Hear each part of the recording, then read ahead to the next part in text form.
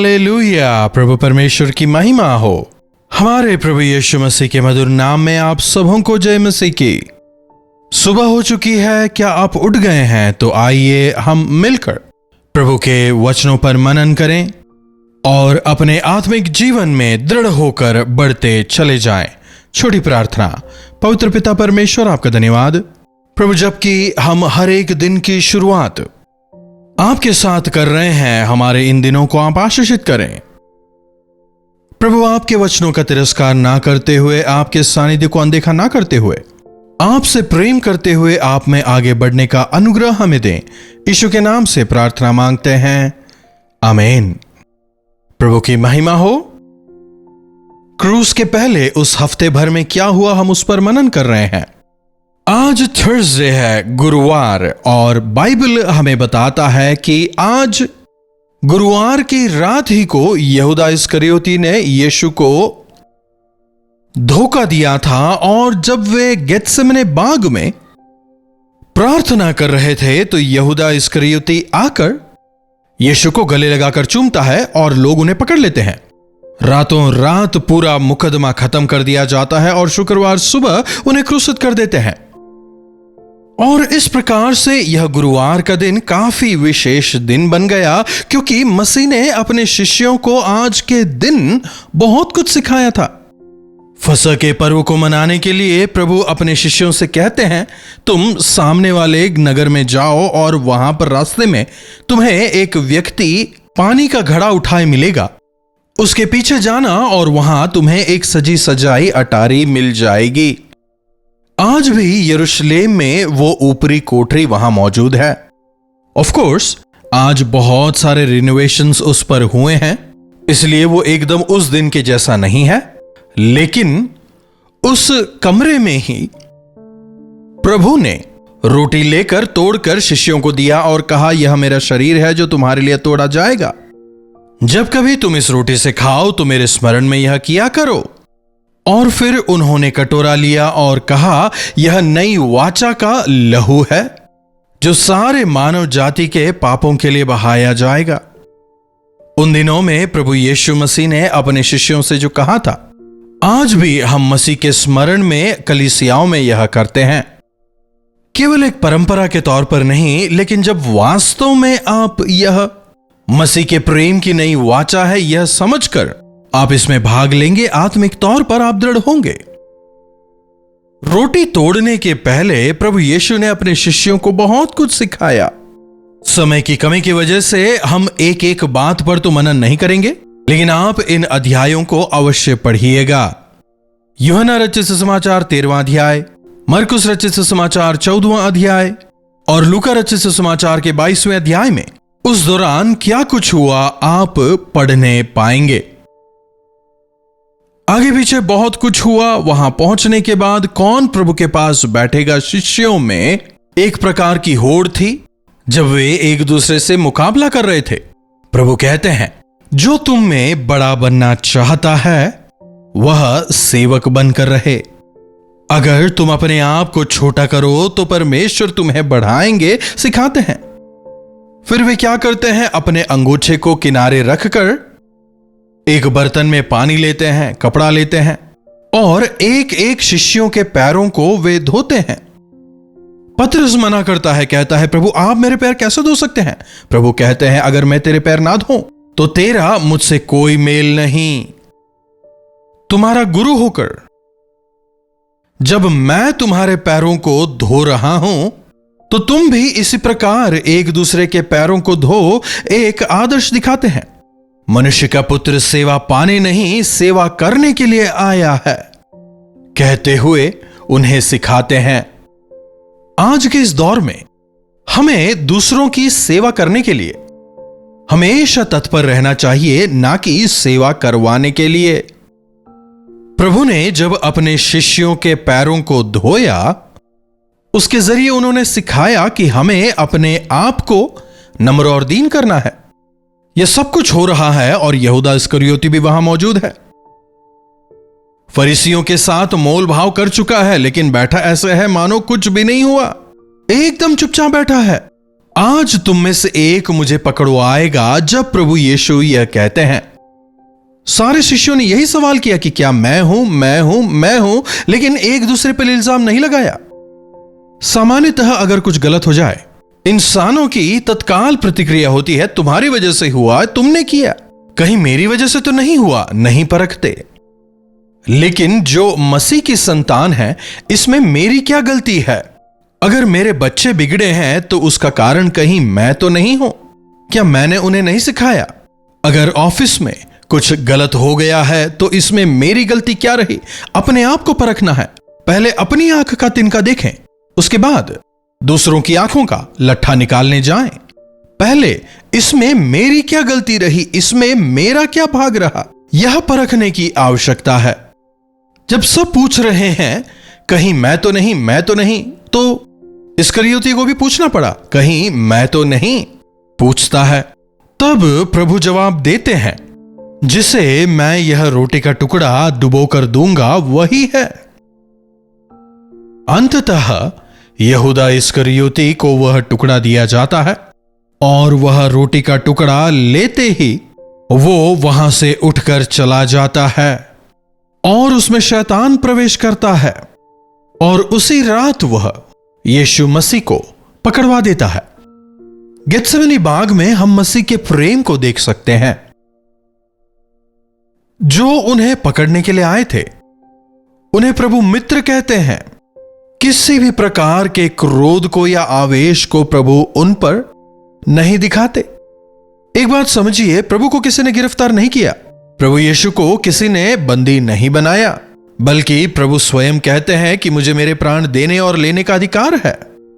वचन में अगर हम देखें तो लिखा है रीति के अनुसार, मतलब रोटी तोड़ने के बाद वे लोग भजन गाते हैं और फिर रीति के अनुसार गेत्सेमने बाग में वे लोग प्रार्थना करने जाते हैं। पतरस, याकूब, यूहन्ना को प्रभु अपने साथ लेकर जाते हैं। उनसे कहते हैं कि प्रार्थना में लगे रहो कि परीक्षा में ना पड़ो। फिर खुद थोड़ा आगे जाकर अकेले प्रार्थना करते हैं।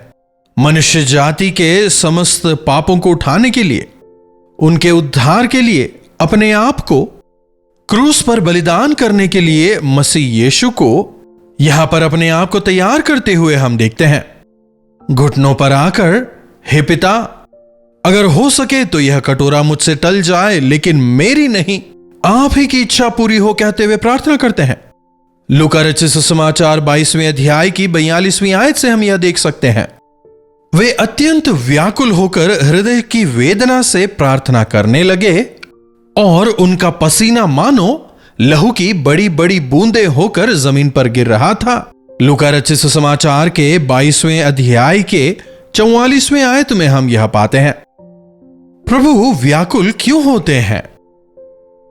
पाप से अनजान प्रभु को जब पाप के दोष को अपने ऊपर लेना पड़ा, यह आसान नहीं था। मनुष्यों को देखिए, वे अपने पापों के बोझ को नहीं उठाने पाते। मान लीजिए उन्होंने एक गलती कर दी, उनका ज़मीर जो है उन्हें बार बार कचोटता रहेगा। अंततः जब वे उसे सहन नहीं कर पाते तो वे जाकर अपने आप को खत्म कर लेते हैं, क्योंकि पाप का बोझ काफी भारी होता है। तो सोचिए, हम सब के पाप, हम सब के अभिशाप जब यीशु मसीह पर आया होगा, उन पापों की, उन अभिशापों की जो सजा होगी, उसका जो बोझ रहा होगा, कितना भयंकर होगा, कितना कठिन होगा। फिर भी प्रभु यही कहते हैं, मेरी नहीं आपकी इच्छा पूरी हो। इसीलिए वे व्याकुल होकर हृदय की वेदना से प्रार्थना करते हैं। क्रूस पर उन्होंने अपने लहू को बहाया, हम यह जानते हैं, लेकिन गेत्सेमने में ही मसीह यीशु ने अपने लहू को मानसिक तौर पर बहाया था। हम यह देख सकते हैं, ऐसे महान प्रभु यीशु से हम कितना प्रेम करते हैं।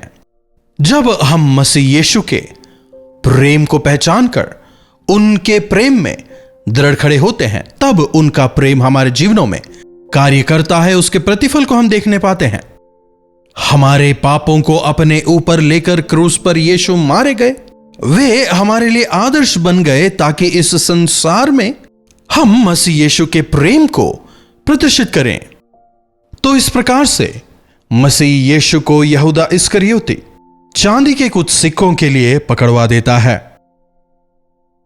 मसीह यीशु को गले लगाकर प्रेम दिखाते हुए उन्हें धोखा देता है। फिर दूसरे स्थान में हम मसीह यीशु को पतरस से बात करते देखते हैं।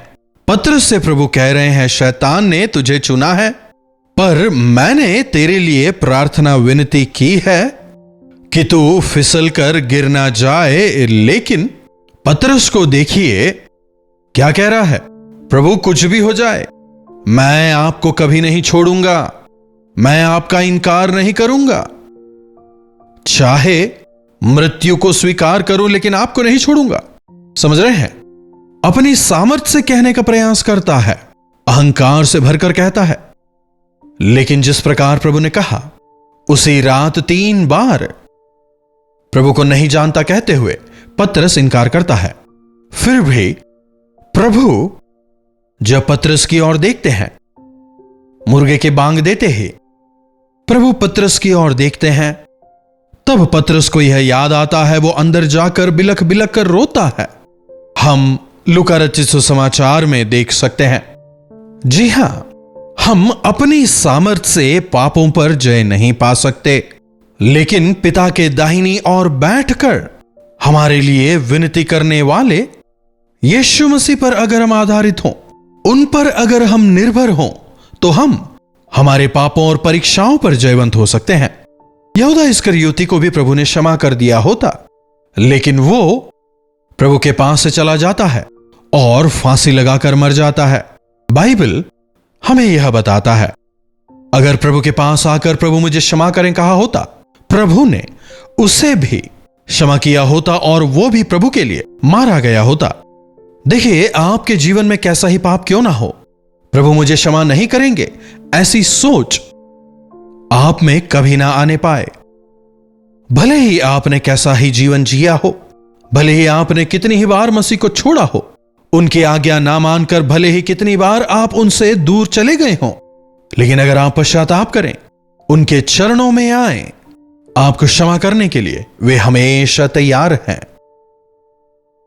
जिन लोगों ने उन्हें प्रताड़ित किया था, जिन सैनिकों ने उनका मजाक उड़ाया था, उन्हें ठट्ठों में उड़ाया था, जब उनके लिए प्रभु प्रार्थना करते हैं, हे पिता इन्हें क्षमा करें, ये नहीं जानते क्या कर रहे हैं, तो क्या उनके साथ जीने के लिए प्रभु ने जिन्हें चुना है, क्या उन्हें क्षमा नहीं करेंगे? हम सबों को प्रभु ने चुन लिया है, हमें उनके संतान होने का अधिकार दिया है। अगर कभी आप परीक्षा में पढ़कर प्रभु से दूर हो भी जाएं, लेकिन अगर पश्चाताप करके दोबारा प्रभु के पास आए, आपको अपनाने के लिए प्रभु तैयार हैं। जिस प्रकार प्रभु यीशु ने गेत्सेमने में प्रार्थना की, हे पिता मेरी नहीं पर आप ही की इच्छा पूरी हो जाए, उसी प्रकार अगर हम भी अपने आप को प्रभु के हाथों में सौंपें, प्रभु से कहें, प्रभु मेरी नहीं बल्कि आप ही की इच्छा पूरी होने पाए, हम भी प्रभु के नाम को महिमित करने पाएंगे। आज आप अपने जीवनों में कैसी परिस्थिति से होकर जी रहे हैं मैं नहीं जानता, लेकिन जिस प्रकार से वचन कहता है, अगर हम इस वचन पर विश्वास लाएं कि जब हम पापी ही थे, मसीह यीशु हमारे लिए क्रूस पर मारे गए, हम तब मसीह के शत्रु थे, फिर भी मसीह हमारे लिए मारे गए। कैसा गहरा प्रेम है। अगर हम उनके प्रेम को पहचान कर जीवन बिताएंगे, मसीह के नाम को हम महिमित करने पाएंगे। प्रार्थना। महापवित्र स्वर्गीय पिता परमेश्वर, प्रभु एक बार फिर से आपके इन वचनों के लिए हम आपके शुक्रगुजार हैं। हां प्रभु, इसमें कोई दो राय नहीं। आज भी कई बार हम आपके घावों को कुरेदते हैं, आपके प्रेम को ठुकराते हैं, बार बार आपका तिरस्कार करते हैं, आपसे दूर जाते हैं, आपके घावों को कुरेद कुरेद कर आपको दर्द देते हैं, आपको दुखी करते हैं। लेकिन प्रभु एक बार फिर से आज हम आपके सन्मुख आते हैं, एक बार फिर से अपने लहू से धोकर हमें शुद्ध और पवित्र करें। पवित्र आत्मा की नई सामर्थ से हमारा अभिषेक करें कि हम आप में दृढ़ हो जाएं और पीछे मुड़ने वाले नहीं बल्कि आगे बढ़ते हुए आपको महिमित करने वाले हम हो जाएं।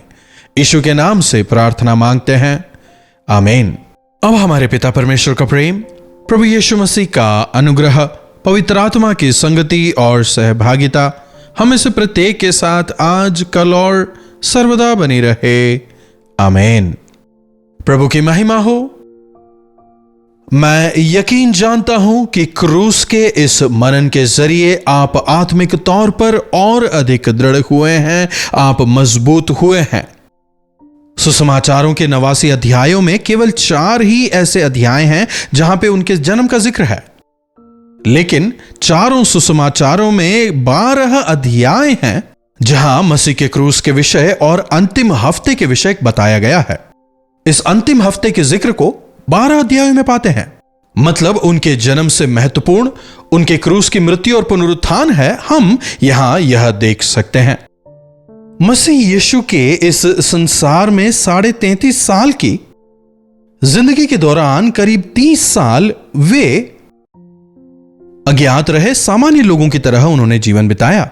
लेकिन उनके 3.5 साल की जो सेवकाई रही उसे बाकी बचे 73 अध्यायों में हम देख सकते हैं। उनकी सेवकाई का सबसे महत्वपूर्ण अंश रहा उनके क्रूस की मृत्यु और पुनरुत्थान। इसीलिए मत्ती के अंतिम 4 अध्याय, मरकुस के 4 अध्याय, लूका के अंतिम 4 अध्याय और यूहन्ना के अंतिम 4 अध्याय आप अवश्य पढ़ें, आप उस पर मनन करें और मसीह के प्रेम में और अधिक दृढ़ होकर आप बढ़ते चले जाएं। अपने प्रार्थना विषयों को आप हमें 9884907779 पर व्हाट्सएप वॉइस मैसेज या टेक्स्ट के जरिए भेज सकते हैं। हम आपके लिए प्रार्थना करेंगे। आप भी लगातार प्रार्थना करें, प्रभु चमत्कार करेंगे। इन्हीं वचनों के साथ आज मैं आपसे विदा लेना चाहूंगा। दोबारा मिलने तक प्रभु का अनुग्रह हम सबों पर बना रहे। हालेलुया। मुंबई और उसके आसपास रहने वालों के लिए शुभ संदेश। अगर प्रभु ने चाहा, अप्रैल 14 तारीख को धारावी में और अप्रैल 15 तारीख को गोरेगांव में, दोनों अलग अलग जगहों पर केवल शाम को गेट टुगेदर का आयोजन कर रहे हैं। टीवी पर अगर आप हिंदी में या तमिल में या तेलुगु में वचन सुनते हो या फिर किसी और भाषा के कार्यक्रम के जरिए आप हमारे साथ जुड़ते हो, तो हम आपको इस गेट टुगेदर में भाग लेने के लिए सादर आमंत्रित करते हैं। हम मिलकर प्रभु के वचनों को सुनेंगे, मिलकर प्रभु की स्तुति आराधना करेंगे, हमारे जीवनों में एक बेदारी आए, इसी प्रार्थना के साथ हम आ रहे हैं। आप भी प्रार्थना के साथ आए। गौर कीजिएगा, अप्रैल 14 तारीख को धारावी में मॉर्निंग स्टार स्कूल में शाम को 6 बजे से, समय याद रहेगा ना, शाम को 6 से 10 तक केवल एक सेशन। उसी प्रकार 15 तारीख जो कि बुधवार है, शाम को 6 बजे से लेकर 10 बजे तक गोरेगांव में गेट टुगेदर का आयोजन कर रहे हैं। जो जगह आपके करीब है आप आए, या दोनों जगहों पर भी आप आ सकते हैं। पता गौर से सुनिएगा, morning star school near Sion railway station, Dharavi, Mumbai. April 14 तारीख शाम 6 बजे से लेकर रात 10 बजे तक यहां पर गेट टुगेदर का आयोजन किया गया है। अगर आप अधिक जानकारी चाहते हैं तो QR कोड स्कैन कर सकते हैं या नीचे दिए गए नंबरों पर फोन करें। फिर गोरेगांव में होने वाले गेट टुगेदर के एड्रेस को भी आप नोट कर लें। पता है महाराष्ट्र विद्या हॉल, मोतीलाल नगर, गोरेगांव वेस्ट, मुंबई। मीटिंग का जो समय है शाम 6 बजे से लेकर रात 10 बजे तक। आपसे आमने सामने मिलकर आपके लिए व्यक्तिगत तौर पर प्रार्थना करने के लिए हम आपके शहर आ रहे हैं। आप भी अवश्य आए, अपने परिवारजनों को, मित्रों को लाएं, मिलकर हम प्रभु की स्तुति करेंगे। अवश्य आएंगे ना?